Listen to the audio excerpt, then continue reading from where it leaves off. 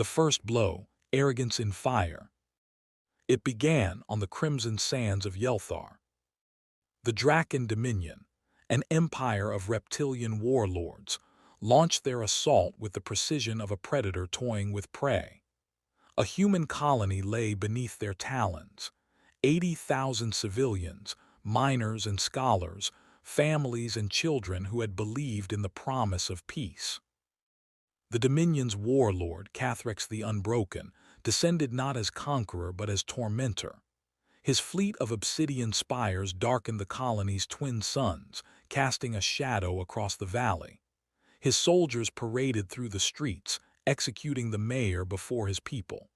The human Envil, an unarmed diplomat, was dragged across the square, mocked, and incinerated before the horrified crowd. Cathrix laughed. His generals laughed. The galaxy watched the broadcast, and most turned away. Humans, he sneered, are but frail apes clutching borrowed fire. Their colonies will burn like dry grass and their world will kneel. The Dominion celebrated the spectacle. The galaxy whispered warnings, but none dared intervene. Humanity was considered young, too civilized, too soft to answer savagery with equal measure. The warlord's cruelty was not just an act of conquest, it was theater, humiliation carved into the stars. Mockery in the Council of Stars. Days later, Cathrix stood before the Galactic Council itself, boasting of his conquest. He mocked humanity openly, raising a human flag as if it were a rag, tearing it in half with claws sharpened on bone. He laughed again, until one human stood. Not an admiral, not a politician, not a general draped in medals. A single envoy, scarred and unremarkable in appearance, rose from the silence. His name was forgotten by the Dominion, but not by humanity. He spoke with calm venom.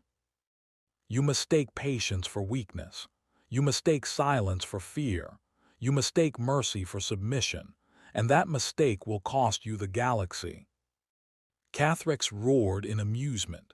The chamber shook with the laughter of allied warlords.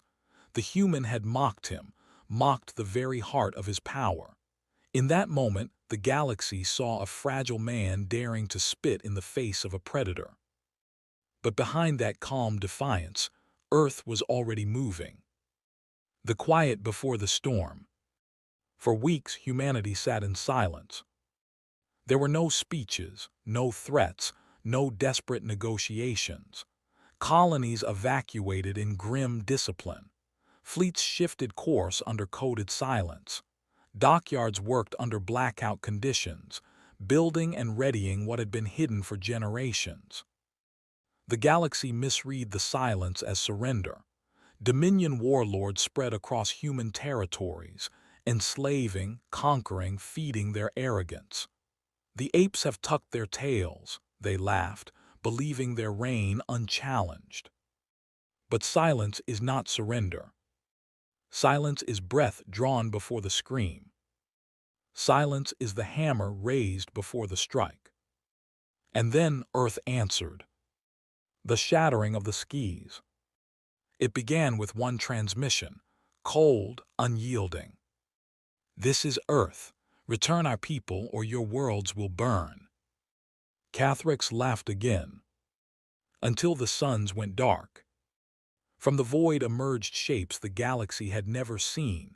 Human dreadnoughts, massive and unholy, their armored hulls like slabs of black mountains dragged into the stars. Fleets spread in disciplined formation, blotting out constellations.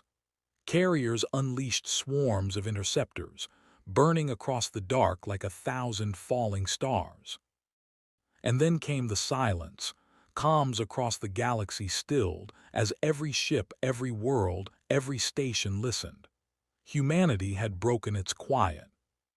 The first Dominion world fell in 6 hours. Orbital platforms vaporized in sheets of white plasma. Cities became glass under kinetic bombardments. Warlords screamed for mercy. None was given. The galaxy realized in horror, retaliation was not coming. Retaliation had already begun. The day of retribution. Cathrex rallied his fleet at the twin moons of Goreth. 400 warships, a host meant to crush the human upstarts. They never lasted a day. Human dreadnoughts advanced like executioners. Rail cannons spat thunder across the void, tearing through Dominion hulls like paper. Carriers unleashed swarms that stripped capital ships bare. Ground invasions landed in storms of fire. Human marines, armored in steel and fury, moved through cities like judgment incarnate. The Warlord's boasts turned to screams. His command ship split open, gutted by a single prototype human vessel that carved through his fleet in minutes. Cathrex the Unbroken was dragged from his throne of bone. He begged, he wailed. The human envoy who had mocked him once spoke again. "You thought us prey. We are the storm that ends empires." And then the Warlord was gone, his end broadcast to the same council he once mocked. The collapse of the Dominion. Without its Warlord, the Dominion fractured. Warlords turned on each other in desperation, scrambling for survival as human fleets advanced. One by one, strongholds crumbled. Their banners, once soaked in human blood, were reduced to ashes. Entire sectors burned, not out of vengeance but precision. Humanity did not conquer for territory, nor enslave for resources. They dismantled. They erased. They made examples of those who had laughed. Allies who had once mocked humanity now begged for alliance, swearing loyalty in trembling voices. The galaxy's balance shifted overnight. Humanity, once seen as a quiet newcomer, had risen as the axis upon which war and peace now turned. The Dominion was no more. In its place stood silence and the memory of fire. The weight of victory. The galaxy whispered in corridors, in markets, in the shadows of palaces. "Never provoke Earth." The words spread like scripture, a new law written in fear. Survivors of the Dominion's cruelty wept at their liberation. Other species studied humanity's fleets with awe, trembling at the thought of their patience and their wrath. And Earth itself. It did not boast, it did not gloat. Humanity simply returned to silence. Dockyards dimmed. Fleets faded into shadow once more.